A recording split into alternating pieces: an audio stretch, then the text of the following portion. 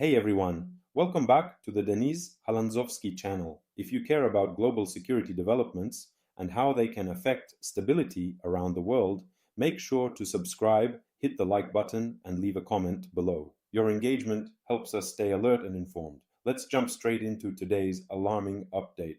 In early December 2025, President Donald J. Trump announced what he described as a new phase in the U.S. campaign against narcotics cartels. Speaking publicly, he said that very soon American forces would begin striking cartel targets on land, expanding the operation beyond maritime routes. Trump claimed that previous sea-based efforts had been successful, asserting that drug shipments into the United States via maritime routes had fallen by 94%. The next step, he said, would target cartel infrastructure on solid ground: houses, supply routes, storage facilities, and hideouts, where they live, where they operate.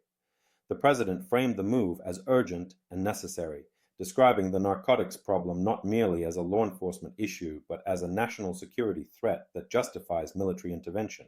The shift comes amid Operation Southern Spear, which to date has focused on air and sea strikes against suspected drug smuggling vessels in Caribbean and Pacific waters. With land operations now under discussion, the campaign could evolve into a paramilitary-style effort rather than a conventional anti-drug operation. Analysts note that this represents a significant escalation from intercepting vessels at sea to potentially bombing or raiding cartel-controlled areas on foreign territory.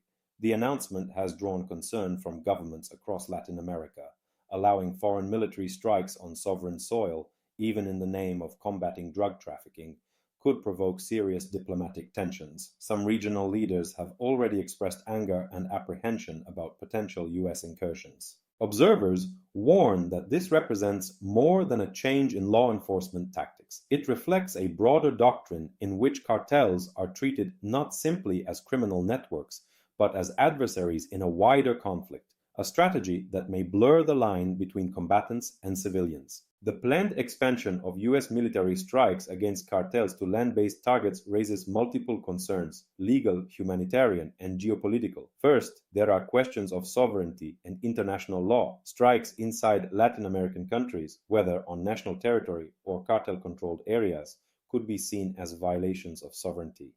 Without explicit consent from local governments, such actions may be regarded as acts of aggression. Several countries have already warned that they would not accept foreign military intervention on their soil. Second, there is the risk of civilian casualties and collateral damage. Cartel operations are often embedded within or near populated areas. Air or long-range strikes carry a significant danger of harming innocent civilians, displacing communities, and generating local resentment. Third, there are legal and ethical issues. The Trump administration appears to treat cartel members as equivalent to terrorists. Under this approach, lethal force could be justified without trial or due process, raising questions about adherence to international human rights standards. Fourth, regional destabilization is a serious concern. Latin American governments already contend with corruption, organized crime, economic inequality, and political instability. Foreign military action could provoke backlash, fuel anti-US sentiment, trigger protests, or even prompt retaliation. It may also drive cartels further underground, complicating efforts to dismantle them. Fifth, there is the danger of setting a precedent. Normalizing cross-border military intervention in the name of drug enforcement could encourage other powers to adopt similar approaches under the guise of security, weakening established norms against unilateral military action.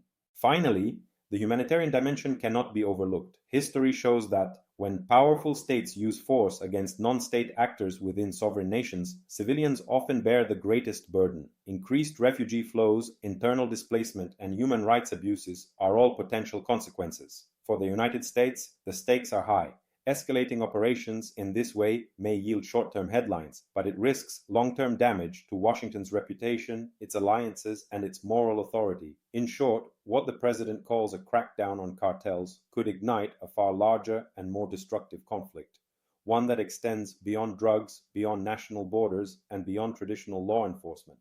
Thank you for watching the Halandzovskyi channel. If you found this analysis important, please subscribe, press the like button, and leave your comment below. Your opinion matters now more than ever. Stay alert, stay critical, and see you in the next update.